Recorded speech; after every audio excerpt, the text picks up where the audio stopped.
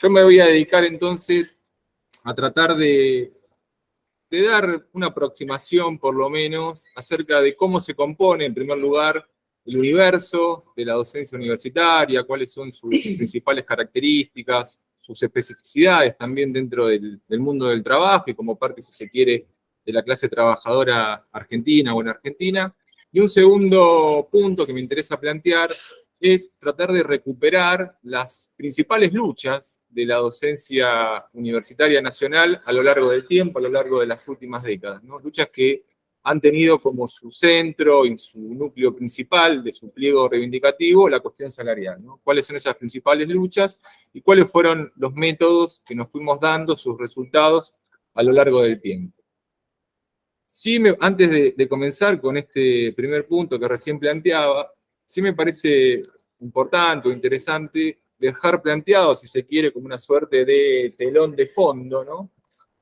Que es el siguiente: la Ley de Educación Superior, que es la que rige la educación superior en Argentina, tanto universitaria como no universitaria, ya lleva 28 años de vigencia, de aplicación, y nosotros siempre, desde la docencia universitaria, desde la CONADO histórica, desde sus sindicatos de base, hemos rechazado esa ley y venimos desarrollando una lucha sistemática por su derogación. Sin embargo, desde el menemismo para acá, todos los gobiernos que pasaron han profundizado y han continuado esas políticas que son parte medular de esa ley de educación superior, que es una ley que tiene claramente un componente mercantilista, privatista, y que rige los designios en nuestras universidades nacionales y también privadas. Y esto como telón de fondo, y también como parte, si se quiere, de ese cuadro, de ese telón de fondo, tenemos que resaltar la actual crisis, una crisis histórica de la educación argentina en su conjunto, ¿no? Y específicamente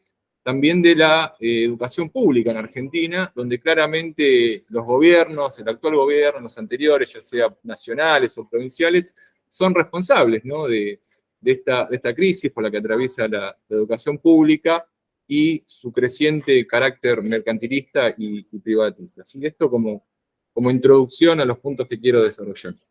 Pero bueno, yendo a lo concreto que tiene que ver con el primero de estos puntos, me parece interesante poder plantear cuáles son las características específicas de nuestro sector como trabajadores dentro de las universidades nacionales, ¿sí? Como el sector docente de las universidades nacionales. Lo que hice para eso, desde el punto de vista, si se quiere, metodológico, es relevar y analizar los anuarios. Les decía entonces, desde el punto de vista metodológico, los documentos que tomé para elaborar esta aproximación y este análisis al mundo de la docencia universitaria son los documentos que año tras año publica la Secretaría de Políticas Universitarias, que son de acceso público, y también algunos documentos que van produciendo y que van elaborando distintas organizaciones o distintos colectivos sindicales, ya sea sindicatos de base o también federaciones nacionales. Respecto al anuario de la Secretaría de Políticas Universitarias, la última actualización es del año 2021 y fundamentalmente los datos que voy a ir compartiendo tienen que ver con ese año, ¿no? Con el año 2021. Para ese entonces, digamos, si tenemos que tomar como una suerte de foto, de radiografía de ese momento, en Argentina teníamos un total de 57 universidades nacionales, más 4 institutos de investigación científica que dependen, por lo menos en términos, si bien tienen autonomía, dependen en términos presupuestarios del Estado Nacional, ¿sí? Entonces podemos hablar de un total de 61 universidades nacionales e institutos nacionales de investigación científica. A eso tenemos que sumarle también 65 universidades privadas. Respecto al mundo estudiantil, en cuanto a las carreras de grado y de pregrado, hay aproximadamente 1.900.000 estudiantes, es una cifra muy elevada, muy importante, 1.900.000 estudiantes en las universidades nacionales, en las universidades públicas, y de posgrados también en las universidades nacionales, 150.000 estudiantes. Mientras tanto, en las universidades privadas hay 400.000 o 450.000 estudiantes, es decir, que la enorme mayoría del estudiantado universitario en Argentina se encuentra en esas 57 universidades públicas o nacionales. Después, como otra información que me parece relevante, la tasa media, el promedio de graduación en Argentina es del 27%. Es decir, de cada 100 ingresantes a la universidad pública, menos de 30 son los que efectivamente logran terminar sus estudios de grado o pregrado. Después, otra información interesante en ese sentido es que solo 1 de cada 10 jóvenes que pertenecen a los sectores sociales considerados más bajos o de más bajos ingresos, efectivamente cursan en la universidad pública. ¿Sí? Esa es información oficial que brinda el propio Estado en ese sentido. En cuanto al universo docente, ¿no? Dentro de esas 57 universidades que recién mencionaba, estamos hablando de la existencia de oficialmente de 157.000 docentes, ¿sí? 157.000 docentes.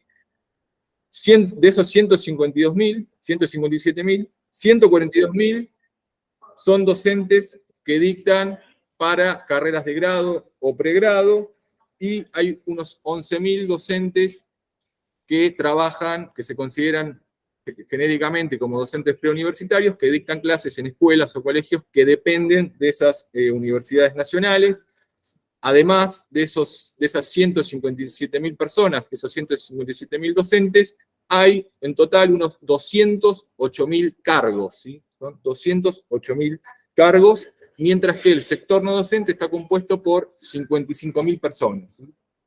Sin embargo, las estimaciones que nosotros hacemos, por lo menos desde la CONADO histórica, es de aproximadamente 190.000 docentes universitarios, porque a eso tenemos que sumar las autoridades, ¿no? Que son aproximadamente, las autoridades superiores, que son aproximadamente 5.000 personas, docentes que trabajan con formas de contrato precario, ya sea con locación de servicios, con monotributo, y muchos casos de docentes que trabajan ad honorem y ni siquiera tienen una designación. Así que el universo, en líneas generales, ronda los 190.000 docentes universitarios. Y si analizamos ese número de 190.000 docentes universitarios, en Argentina hay, o había hasta el 2021, aproximadamente 1.500.000 estudiantes, docentes, ¿sí? 1.500.000 docentes. Es decir, que la docencia universitaria representa porcentualmente aproximadamente el 15% de la docencia del país, ¿sí? Lo cual es un número considerable, ¿no? Después, en cuanto a las categorías, y ahí ya nos metemos en lo que tiene que ver con algunas de las condiciones laborales, ¿sí? En cuanto a las categorías, menos del 9% de esos docentes tienen la categoría de titular, ¿sí? Menos del 9%, exactamente el 8,9% son titulares, un 3,5% son profesores asociados, es decir, la segunda de las categorías en orden jerárquico y salarial, un 29% son profesores adjuntos, jefe de trabajos prácticos también un 29%, ayudantes de primera 28%, y ayudantes de segunda o ayudantes alumnos, según la denominación en cada universidad, porque esta categoría no es reconocida por el Convenio Colectivo de Trabajo Nacional, son un 4,5%. Es decir, que globalmente estamos hablando de un 60% de profesores, lo que se denomina habitualmente, o en la mayoría de las universidades, como profesores. No tenemos un claustro único docente, eso también es una pelea que venimos dando desde hace mucho tiempo, la unificación del claustro docente. Bueno, el 60% son profesores y aproximadamente el 40% son docentes auxiliares. Dentro de este dato es interesante ver la composición del grupo de profesores, ¿sí? Porque el 29% es adjunto y solamente el 12 o 13% son titulares o asociados. Eso significa que en los hechos la responsabilidad de las cátedras o de las asignaturas y de los equipos docentes recae en los cargos de profesor adjunto, es decir, la primera de las categorías de profesor. En cuanto a las dedicaciones, ¿no? Que tienen que tenemos los docentes en función de estas categorías, vemos que hay una mayoría absoluta de cargos simples. Tenemos casi el 69% son cargos simples. y es una cifra creciente. Si uno va analizando los anuarios que yo les contaba al comienzo de la charla, vemos que esa cifra de cargos simples va creciendo año tras año. Hoy estamos casi en el 69%. El 17% son cargos de semi-exclusividad, es decir, de dedicación parcial, 20 horas o 18 horas semanales, según lo que dicte la normativa de cada universidad. Y después tenemos solamente un 10%, un 10,5% que son docentes con dedicación exclusiva, ¿sí? Ese es el cuadro general, el universo general del mundo del trabajo de la docencia universitaria. Pues una información que es muy importante para componer o aproximarnos a este cuadro general es la relación entre docentes interinos y docentes ordinarios. Bueno, esa información no está publicada en estos boletines. Me tomé el trabajo de pedirla, de buscarla, no la puedo encontrar. Pude encontrar, sí, la relación que hay en algunas universidades, pero es una información que, por lo menos, no digo que no sea pública, pero no es fácil de buscar. Esa relación en estos anuarios no está. Sí, lo que dice la propia ley de educación superior, a la que dijimos que nosotros repudiamos, denunciamos, la propia ley establece que el mínimo de docentes ordinarios tiene que ser el 70%. 70% de docentes ordinarios y un 30% de docentes interinos. Bueno, esa relación no existe prácticamente en ninguna universidad, ¿sí? Recuerdan lo que venimos discutiendo en las asambleas del sindicato, el pase a planta ordinaria de los docentes, que más o aproximadamente el 50% de los cargos de la UNO son interinos. Bueno, esa relación no está, no se cumple. Lo que la propia ley que han elaborado el propio Estado no es cumplida en las universidades nacionales. Después, algunas cifras en cuanto al salario o la relación salarial actual, que seguramente, bueno, Diego después va a profundizar en esto, pero nosotros como dato tomamos, o como base, si se quiere, lo que es el cargo testigo del sector, ¿no? ¿Cuál es el cargo testigo? Bueno, es el ayudante de primera que tiene semi-exclusividad, es decir, que trabaja 20 horas semanales en la universidad, y ese docente, su salario básico, hasta antes del acta que se firmó, era de 69.000 pesos, ¿sí? 69.800 pesos. ¿Sí? Una persona con título de grado, en algunos casos con título de posgrado, por 20 horas semanales, su fuerza de trabajo vale menos de 70.000 pesos. ¿Sí? Hagamos la cuenta en cualquier otra moneda extranjera y digo, vamos a ver dónde estamos, ¿no? 70.000 pesos. Ahora con el acta acuerdo, con la nueva pauta salarial, va a ir a 82.000 pesos. A eso se le suma, ese es el salario básico. Después tenemos la famosa garantía salarial del cargo testigo, de ese ayudante de primera que trabaja 20 horas, es con este aumento de 130.000 pesos. Se va a 130.000 pesos. Pero eso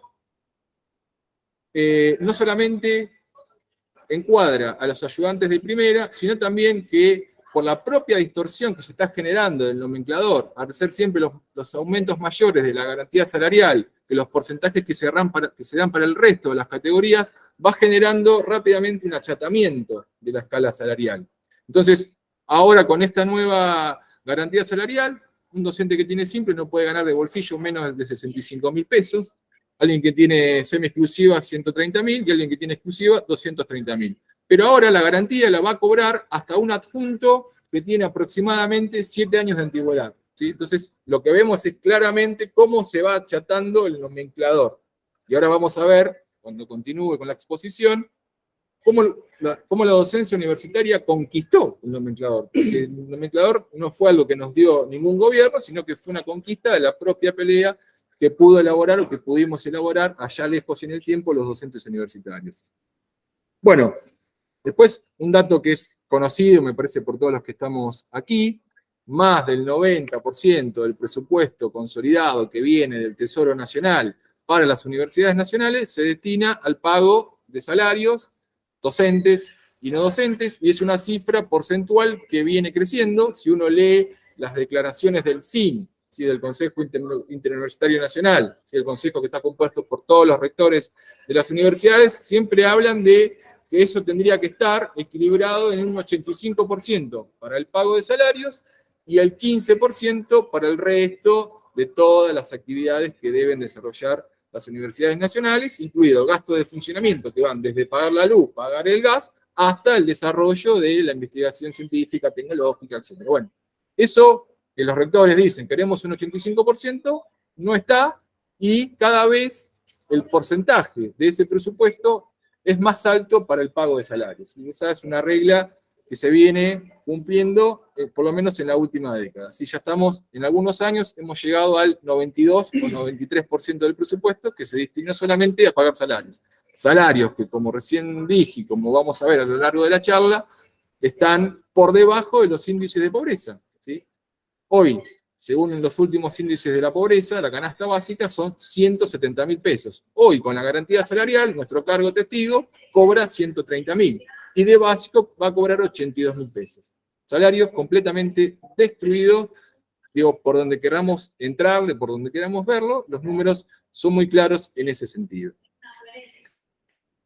Otro punto que me interesa plantear también, en función de este universo del mundo del trabajo, de la docencia universitaria, es la organización sindical que tenemos los docentes, ¿no?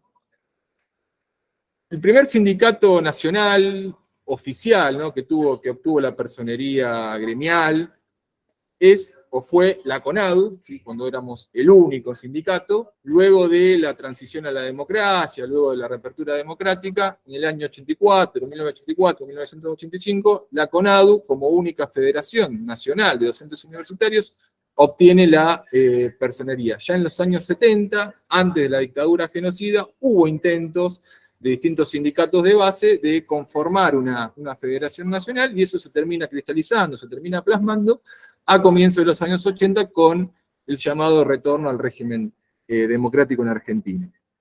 En el año 2000 se va a producir un hecho que es un punto de inflexión dentro del sindicalismo de la docencia universitaria, que es la intervención, ¿no?, del gobierno de la Alianza, del ministro de Trabajo Alberto Flammarique. Algunos lo llamaban la CONADU Flammarique, los más viejos hablan todavía de la CONADU Flammarique, ¿no? Entonces hay una intervención, luego de un proceso electoral trunco y demás, hay una intervención por parte del Estado, y un sector de las asociaciones de base rechazó efectivamente esa intervención del Estado, y otro sector directamente se adaptó, o en algunos casos hasta promocionó, ¿no?, por determinados intereses políticos, promocionó esa intervención del Estado. Entonces ahí es un punto de inflexión, y empieza a haber una fragmentación de las federaciones nacionales de la docencia universitaria. Tal es así que llegamos al presente con 6 federaciones nacionales, ¿no? Tenemos en este momento, el cuadro es de 6 federaciones nacionales. Podemos ir a una séptima, es una pregunta, ¿no? Está el sector del Frente de Asociaciones de Base, hoy opositor, disidente dentro de CONADU, que está planteando como una alternativa posible la creación de una nueva federación. No sé si saben, pero desde el punto de vista legal, para crear una federación, se necesita un mínimo de 3 asociaciones de base que tengan personería gremial. Bueno, el FAP está en condiciones, por ejemplo, el sindicato de Córdoba, el sindicato de Rosario, de Mar del Plata, tienen esa personería. Bueno, pero en concreto hoy tenemos 6 federaciones o sindicatos de representación nacional de la docencia universitaria, y más de 90 sindicatos de base, ¿sí? 90 sindicatos equivalentes, digo, en términos jurídicos, a lo que es ADUNDU, ¿no? Entonces hay un universo bastante amplio, bastante complejo y heterogéneo. Bueno, ¿cuántos son efectivamente los y las docentes que están agremiados en todo el país? Bueno, decíamos, ese universo de aproximadamente 190.000 docentes, tenemos agremiados aproximadamente unos 60.000 docentes, ¿sí? Unos 60.000 docentes. Es decir, entre un cuarto y un tercio de la docencia universitaria nacional está agremiada. Lo cual está igual o por encima de la media de los sindicatos en Argentina. No sé si saben, pero estamos pasando y atravesando un momento histórico donde la tasa de sindicalización del trabajo formal registrado es la más baja de las últimas décadas. Estamos hablando de que aproximadamente un 30% de los trabajadores y trabajadoras formales están agremiados o sindicalizados. Bueno, podríamos decir que la sindicalización de la docencia universitaria es un poco mayor, está un poquito por encima de esa tasa media. Si lo comparamos con otros países de la región, y otros países y docentes universitarios de esos países, en Argentina esa tasa de sindicalización es muchísimo mayor, ¿no? Otra vez hablaba con un compañero de Chile, le comentaba estos datos y me dice, no, acá estamos completamente en pañales y es incomparable, salarialmente no, están mucho mejor que nosotros, pero desde el punto de vista de la organización sindical, en Argentina, en los últimos años, en las últimas 2 décadas, ha crecido mucho la sindicalización de la docencia universitaria. Dentro de este universo, que les decía, de esos 6 sindicatos nacionales, CONADU y CONADU Histórica tienen aproximadamente, representan al 80% de los afiliados, ¿sí? Entre 77 y 80%, hay estimaciones, traté de cruzar información. CONADU Histórica tiene aproximadamente activos unos 21.000 agremiados, más los compañeros y compañeras que ya están jubilados, y en el último tiempo CONADU ha crecido su tasa de afiliación y es el primer sindicato, muy cerca de la CONADU Histórica, pero es el primer sindicato en cantidad de afiliados. Los otros sindicatos, el caso de FEDUN, representa aproximadamente entre un 2 y un 13%, FACDUT, que es una federación, pero que en realidad es solamente de la UTN, ¿sí? La UTN podemos decir es la universidad más federal de Argentina. Bueno, antes FACDUT era un sindicato de base de la CONADU, bueno, hoy es una federación propia, y después una pequeña representación en el sector de preuniversitarios de la UDA, el viejo sindicato UDA, fundado allá por el 53, y de CETERA, ¿no? Esos tienen un porcentaje que creo que no llegan al 1%, pero se sienten en la paritaria y la firman, ¿eh? Toda esta gente tiene un 1% de esa representación de los 190.000 docentes, de los 60.000 agremiados, también se sienten en la paritaria, firman y cobran una cuota de solidaridad. Bueno, y con esto cierro esta primera parte. Una de las grandes conquistas de la docencia universitaria, de sus sindicatos de base y sus federaciones, llegó en el 2015 con la conquista del primer convenio colectivo de trabajo, algo que hemos peleado, digo, cuando me incluyo como parte del colectivo, aunque en ese momento era estudiante, o capaz que recién había nacido, digo, nos ha llevado 20 años esa conquista. Una conquista, el convenio colectivo, muy importante, podemos hacer un montón de críticas, pero es una herramienta fundamental para nuestra regulación laboral, para nuestros derechos, que sin embargo, en grandes universidades, como es el caso de la UBA, el caso de Córdoba, no cumplen con ese convenio y han firmado con algunos sectores pertenecientes a otras federaciones que no son la CONADU Histórica, han firmado convenios colectivos paralelos que están a la baja de ese convenio nacional. Y bueno, después los rectores y las patronales se la rebuscan para, en algunas universidades, ir retaseando la aplicación del convenio colectivo de trabajo. Bueno, y acá voy entonces a lo que es el segundo y último punto de mi presentación, de mi exposición, que tiene que ver con intentar recuperar cuáles fueron las principales luchas por el salario específicamente, que hemos tenido las y los docentes universitarios a lo largo del tiempo, y bueno, qué hemos conquistado y cómo con esas luchas. En ese sentido me parece importante recuperar 3 luchas históricas, ¿no? 3 luchas históricas.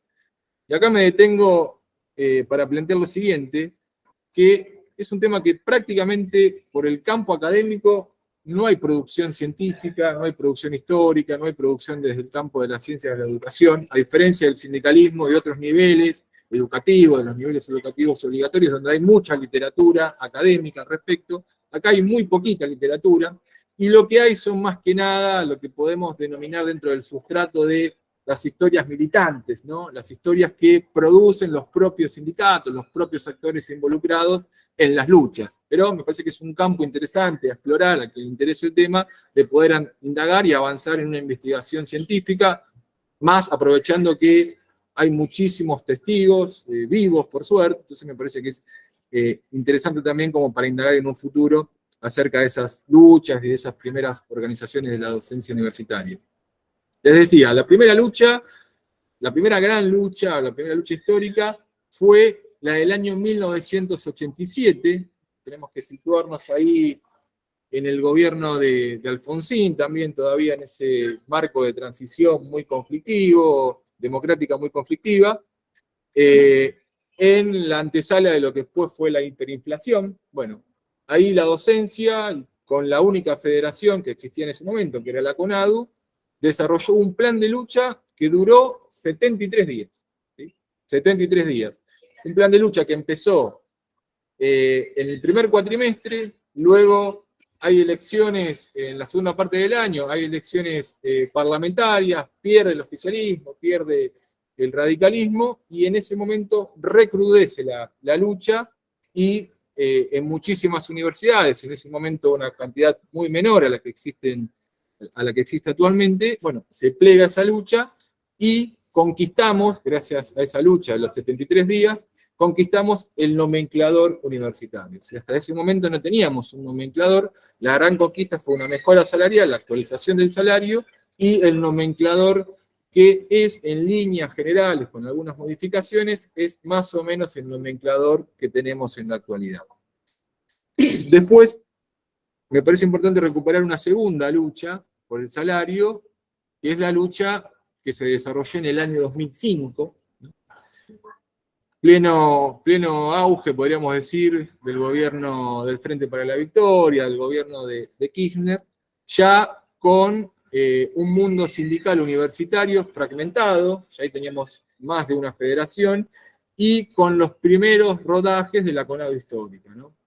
Ahí el gobierno había cerrado una paritaria o un aumento salarial con la anuencia de muchos sectores de la conducción de CONADU, y por abajo, y en el epicentro fue en la Universidad de Córdoba, se desarrolló y se comenzó a desarrollar una lucha muy importante, muy prolongada, fueron más de 50 días de huelga, y finalmente en el mes de septiembre se consigue el aumento salarial, y algo muy importante, y que es, si ustedes ven la composición de nuestro salario, de nuestro recibo de sueldos, ¿no? En la universidad vemos que todas las sumas son lo que se denominan sumas, entre comillas, en blanco, ¿no? Bonificables, remunerativas. El gobierno de Menem destruyó, nos llenó de esas sumas en negro, no bonificables ni remunerativas, y esa lucha, aparte de una recomposición del salario, logró el blanqueo de todas esas sumas que estaban en negro. Entonces fue una lucha prolongada, con mucho debate en asambleas. Yo en ese momento me acuerdo que era estudiante, con mucha movilización docente estudiantil también. Otro componente importante también de esa lucha del 87 fue la movilización docente estudiantil, porque un denominador común es, siempre que los docentes universitarios salimos a la calle prolongadamente y conquistamos determinadas cuestiones salariales o que tengan que ver con algunas condiciones de trabajo, lo hicimos con el apoyo del movimiento estudiantil. Siempre el movimiento estudiantil, su sector más combativo, más activo, estuvo del lado de la lucha de la docencia universitaria. Y una tercera lucha, que es más reciente, seguramente varios y varias de los que estamos aquí nos acordamos porque de alguna forma fuimos protagonistas de esa lucha, que fue la gran lucha del 2018, ¿no? Una gran lucha también que empezó, ya veníamos desde el comienzo del primer cuatrimestre, con un plan de lucha, ¿no? Y que se aceleró a fondo a partir de agosto, cuando comenzó el segundo cuatrimestre, ¿no? ¿Se acuerdan? Estábamos peleando por la apertura de la paritaria, estábamos peleando por la recomposición del salario, y esa huelga y ese plan de lucha lo que logró fue la convergencia del movimiento docente con la convergencia del movimiento estudiantil en todo el país. En todo el país. Hubo tomas de facultades, digo, hasta hace poco hubo compañeras que fueron a juicio por algunas tomas de facultades, como el caso de Río Negro, ¿no? En la UNLU también se tomó la universidad.